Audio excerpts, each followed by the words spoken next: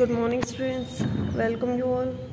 जैसा कि हमने अभी पार्ट नंबर 4 में हम क्या पढ़ चुके थे अभी तक। पार्ट नंबर 4 में हम क्या पढ़ चुके थे, हमने पढ़ा था क्वेश्चन से सोल्व करे थे हमने, है ना। आज हम क्या करने वाले हैं, आज हम आगे चैप्टर हमारा कंटिन्यू करने वाले हैं। जो सबसे पहले हम जो पढ़ने वाले हैं, अब हमको पढ़ना है किसके बारे में, मिश्रण को पृथक करने की विधि। हमने पढ़ा था कि हमारे मिश्रण जो होते हैं वो 3 प्रकार के होते हैं। कौन कौन से होते हैं मिश्रण, कौन कौन से होते हैं आपको याद है? मिश्रण हमें पढ़े थे मेनली मिश्रण 2 टाइप के होते हैं, समांगी और विषमांगी। और समांगी और विषमांगी के हमने कई अलग अलग तरह के टाइप पढ़े थे। जैसे विलयन को पढ़ा था, निलंबन को पढ़ा था, कोलाइट को पढ़ा था, है ना। तो उसके अब मिश्रण को हमको कई केस में हमको ऐसा होता है कि हमें 2 आपस में बना हुआ विलयन या निलंबन या कोलाइड हो, हम उनको अलग अलग करना हो तो हम किस विधि से करेंगे। अगर समांगी मिश्रण होगा तो अलग करने में प्रॉब्लम होगी, विषमांगी होगा तो हम छान कर अलग कर सकते हैं, और समांगी होगा तो हम छान कर अलग नहीं कर पाते। तो उसके लिए कुछ अलग अलग मेथड यूज़ करते हैं, जैसे यहाँ जो हमको यहाँ पे दी हुई है, ठीक है। जो फर्स्ट वन होती है वो होती है वाष्पीकरण, सेकेंड अपकेंद्रीकरण, थर्ड होती है पृथक्करण, कीप द्वारा पृथक करना, ऊर्ध्वपातन विधि, क्रोमेटोग्राफी, आसवन विधि, क्रिस्टलीकरण, छानन विधि, चुंबकीय पृथक्करण विधि, फटकन विधि और क्रोमेटोग्राफी। तो मिश्रण को अलग अलग करने की कई सारी विधियाँ होती हैं। तो आज हम जिनके बारे में पढ़ने वाले हैं वो 2 विधियाँ हैं।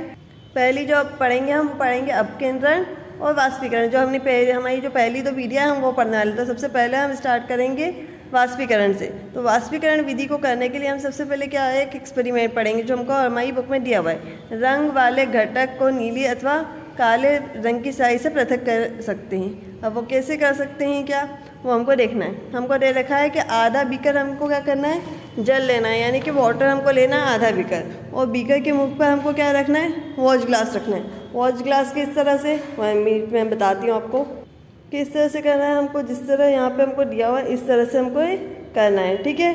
तो हमको सबसे पहले क्या बोला है, हमको क्या बोल रखा है यहाँ पर कि हमको क्या करना है, एक वॉच ग्लास लेना है और उसके मुंह पर क्या करना है, एक बीकर लेना है, उसके मुंह पर क्या रख देना है, हमको एक वॉच ग्लास रख देना है, ठीक है। अब कुछ बूंद स्याही वॉच ग्लास पर डालिए। अब वॉच ग्लास जो हमको दिख रहा है यहाँ पर, ये वॉच ग्लास दिख रहा है आपको, उस पर उसके ऊपर हमने क्या करा है, कुछ बूंद क्या डाला है, स्याही डाली है, ओके। वो स्याही कैसी होगी हमारी, ठीक है। अब बीकर को गर्म करना शुरू कर दे। हम स्याही को प्रत्यक्ष रूप से गर्म नहीं करना चाहते। हमने क्या करा नीचे बीकर रखा, उसके ऊपर वॉच ग्लास रखा, उसके ऊपर हमने क्या डाला है, स्याही डाली, क्योंकि हम स्याही को डायरेक्टली गर्म नहीं करना चाहते। तो हमने क्या करा है, उसको उसके ऊपर रख दिया है। आप देखेंगे कि वॉच ग्लास से वाष्पीकरण हो रहा है। वाष्पीकरण होने तक गर्म करना जारी रखते हैं। जब वॉच ग्लास पर कोई परिवर्तन नहीं दिखता है तब हम उसे गर्म करना बंद कर देते हैं। अब इसे ध्यानपूर्वक देखिए और प्रेक्षित करिए। यानी कि इन्होंने क्या किया, सबसे पहले एक बीकर लिया, उसमें पानी डाला है, ठीक है, और उसके ऊपर क्या रखा है, इन्होंने वॉच ग्लास रखा है, और इस वॉच ग्लास के ऊपर इन्होंने क्या डाला है, कुछ स्याही के बूंदे डाली है, और इसको क्या करा है, इस पानी को गर्म करना स्टार्ट करा है। अब हम देखते हैं, हमको भी पता है कि जब भी हम क्या करते हैं, अगर कोई ऐसे बीकर लेते हैं, है ना, अगर ऐसे हम कोई बीकर लेते हैं और यहाँ पर हम क्या कर रहे हैं, कोई पानी भरा हुआ है हमारा, ठीक है, और यहाँ पे हमने वॉच ग्लास देकर इसके ऊपर कोई भी पदार्थ रख दिया, ठीक है, और इसको हमने क्या करा है, गर्म करना स्टार्ट किया है। तो ये क्या होगा, अगर पानी है इसमें और हमने इसको गर्म करना स्टार्ट किया तो कहीं ना कहीं क्या होगा, गर्म करने पर बाद में उबलेगा और इससे क्या बनेगी, भाप बनने लगेगी, है ना। आपने देखा है ना, अगर हम किसी भी चीज़ को पकाते हैं तो उसको ढक देते हैं तो उसमें क्या होती है, भाप बनना स्टार्ट हो जाती है ना। तो उसको क्या बोलते हैं, वाष्प बनना स्टार्ट हो गई एक तरह से। अब आपको बताना है, आपको इस बेसिस पर कुछ क्वेश्चन दिए, आपके विचार में वॉच ग्लास पे किसका वाष्पीकरण हुआ है, तो किसका वाष्पीकरण हुआ है, जो हमारा पानी था उसका। क्या वॉच ग्लास पे कोई अवशेष बचा है, और क्या आप प्रतिपादित करेंगे कि क्या स्याही एक शुद्ध पदार्थ है या मिश्रण है। अब ये कैसे चीज़ें हमको पता चलेगी, तो उसके बारे में हम पाते हैं कि स्याही जल में रंग का एक मिश्रण है ना। क्या होगा कि जैसे जैसे हमने क्या करा, उसको गर्म करना स्टार्ट करा, तो जैसे जैसे क्या होगा, भाप बनने लगी। अब जो गीली स्याही होगी, जो हमने स्याही की बूंदें डाली थी, वो भी क्या होगी, गर्म करने से क्या होगी, स्याही सूख गई होगी, है ना। और स्याही क्या होगी, ठोस बन गई होगी। मतलब एक तरह से क्या हो गया, हमने क्या करा कि जो पानी है किसमें, साई में। जो हमारी साई डाली हमने उसमें कहीं ना कहीं लिक्विड है, तभी तो हो जाके क्या हो गया, लिक्विड फॉर्म में हुआ है। वरना साई एक तरह से कोई पाउडर होगा जिसको पानी में घोलकर हमने क्या बनाया था, साई का रूप दिया था। तो हमने जैसे इसको उबालना स्टार्ट करा तो क्या हो गया, पानी जो है वो क्या हो गया, इसमें से उड़ गया, किसमें से, साई में से, और बचा क्या, सिर्फ साई, ठोस साई बच जाएगी हमारे पास। तो वही बताया हमको यहाँ पे कि जो एक तरह से क्या हो गया, ये विलियन था, है ना। किस किस का विलियन, किस किस का विलियन था, ये था हमारा विलय, और विलायक से मिलकर बनता है हमारा विलियन। तो हमारा विलय कौन रहा इसमें, और विलायक कौन रहा, विलय प्लस विलायक के हमारा क्या होता है, विलियन कहलाता है ना। विलियन किससे मिलकर बनता है, विलय और विलायक से मिलकर बनता है। तो हमारा इस केस में विलय कौन रहा, विलय कौन था, कम मात्रा में, हमने पढ़ी थी ना विलय की डेफिनेशन, जो कम मात्रा में होगा विलय रहेगा। तो विलय कौन रहा, हमारी साई रही, है ना। और विलायक कौन रहा, हमारा जल रहा। और इन दोनों ने मिलकर क्या बनाया, एक लिक्विड में हमको साई मिली, है ना। तो वो क्या हो गया, हमारा विलियन हो गया। तो इस तरह से हमको क्या पता चला कि वाष्पीकरण द्वारा हम क्या कर सकते हैं, विलियन में से विलय और विलायक को अलग अलग कर सकते हैं। यानी विलियन जिन दो पार्ट से मिलकर बनता है, मतलब विलय और विलायक से मिलकर बनता है, उसको वाष्पीकरण द्वारा हम क्या कर सकते हैं, विलय और विलायक को अलग अलग कर सकते हैं। ठीक है, तो ये हो गई हमारी वाष्पीकरण की विधि।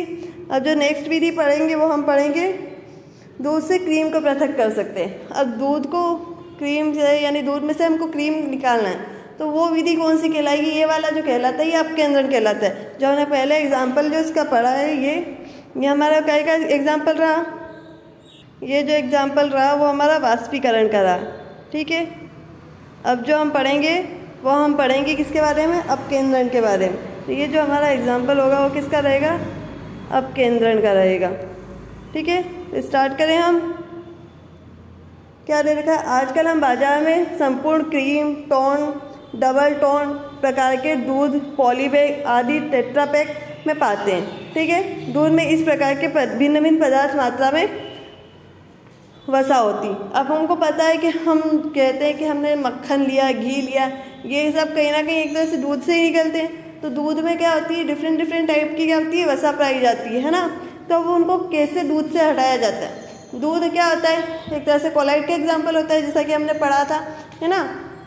उसमें बहुत सारी चीज़ें प्रेजेंट तो है, पर हम क्या होती है आंखों से देख भी नहीं पा रहे, तो उनको कैसे डिफरेंट करें, यानी उनको कैसे निकाला जाता है। तो उसके लिए अपकेंद्रण विधि का उपयोग किया जाता है। इसके लिए हमको एग्जाम्पल दे रखा है, एक पदक थैली में थोड़ी सी मात्रा में संपूर्ण क्रीम युक्त दूध ले। यानी कि आपने देखा होगा कि दूध वाले क्या करते हैं, हम दूध को फेंटते जाते हैं तो एक तरह से क्या होता है, वो क्रीम बनता है। इसी दूध को आपके घर पे रखा हुआ दूध अगर मिक्सर में चलाते हैं तो आपको क्या दिखेगा, आपको दिखेगा कि उसमें है ना ऊपर पर क्रीम आ जाता है। तो वही बोला है कि एक संपूर्ण दूध युक्त क्रीम लेना है हमको। ठीक है, और उसमें क्या करना है, हमें अपकेंद्रित यंत्र से इसे 2 मिनट तक अपकेंद्रित करें।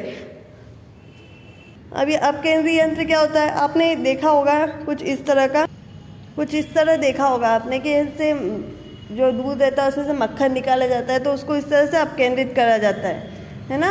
इसे मथना कहते हैं, दही मथा जाता है ना। इसे जब बार बार दूध को अच्छी तरह फेंटा जाता है, जिससे क्या होता है, जो मक्खन होता है ऊपर आ जाता है। यही करना है हमको यहाँ पर।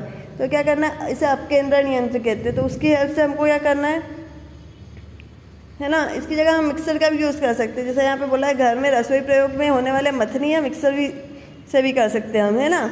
यदि नज़दीक में कोई मिल्क डेयरी हो तो वहाँ जाके पूछें कि वे दूध को क्रीम से पृथक करते हैं, वे दूध से पनीर को कैसे बनाते हैं। जैसे हमने बोला है कि दूध से पनीर बन रहा है, दूध से मक्खन बन रहा है, तो ये सब कैसे बनाते हैं। तो वो क्या करते हैं, हमने क्या लिया था सबसे पहले, पूरा पनीर युक्त यानी कि क्रीम युक्त दूध लिया था। तो वो इसी तरह ये दूध रहता है, उसको इस तरह से क्या होता है, इसमें मथा जाता है। तो जो भी क्रीम होता है वो क्या होता है, ऊपर आ जाता है ना। यानी कि दूध का जो सबसे मोटा पार्ट होता है वो क्या होता है, ऊपर आ जाता है। वो क्या होता है, जो दूसरा दूध रहता है वो नीचे रह जाता है। तो इसे क्या होता है, ये मथना होता है। इससे हमको पता चल जाता है कि दूध में से जो मोटा वसा है वो क्या कर सकते हैं, अलग कर सकते हैं। जैसे मक्खन बनता है, पनीर बनता है, वो सारी चीज़ें। तो ये क्या होती है, अपकेंद्रण होता है। तो इस तरह से हमने क्या करा, अपकेंद्रण विधि करी। अब आंसर हमको दे देना है कि दूध मथने पर आपने क्या पाया, क्या निकला, मक्खन निकला। दूध से क्रीम पृथक्करण कैसे करते हैं और कैसे करते हैं, तो उसको मथ के हम क्या कर सकते हैं, मथनी में चला के या मिक्सी में चला के हम क्या कर सकते हैं, दूध में से क्या कर सकते हैं, क्रीम को पृथक कर सकते हैं, है ना। कभी कभी द्रव में मौजूद ठोस कण इतने छोटे होते हैं कि ये छानन पात्र से बाहर निकल जाते हैं। अब इन कणों को पृथक करने के लिए छानन विधि का प्रयोग नहीं कर सकते।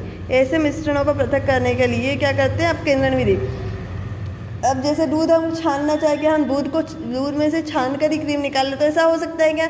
नहीं, क्योंकि दूध में बहुत ज़्यादा ही तरह से घुले हुए हैं वो, इसीलिए हमको क्या करना पड़ेगा, अब छानन विधि नहीं, अपकेंद्रण विधि। अब आप उसको चलाओगे तो उसमें से क्रीम निकल जाएगा, पर आप उसको छानोगे तो नहीं निकलता है। तो इसी केस में क्या कहते हैं, अपकेंद्रण विधि का उपयोग किया जाता है। इस सिद्धांत के आधार पर जब हम इसे तेज़ी से घुमाया जाता है तब भारी कण नीचे बैठ जाते हैं और हल्के कण ऊपर रह जाते हैं, है ना।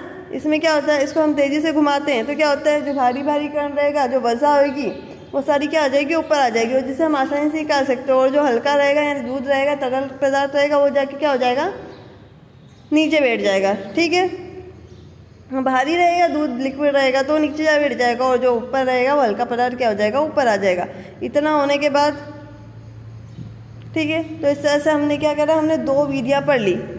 क्या करने की, किसी भी विलयन को यानी किसी मिश्रण को अलग करने की 2 विधियाँ हमने पढ़ी है। अब हमको कुछ अनुप्रयोग भी दिए, जैसे हमको क्या करना है, यहाँ पे बोला है कि कोई भी ऐसे कर, जैसे बोला है जांच प्रयोग में, रक्त और मूत्र की जांच में, डेयरी तथा घर में क्रीम में मक्खन निकालने प्रक्रियाओं में किसका अपकेंद्रण का यूज़ कहाँ किया जाता है वो बताया है।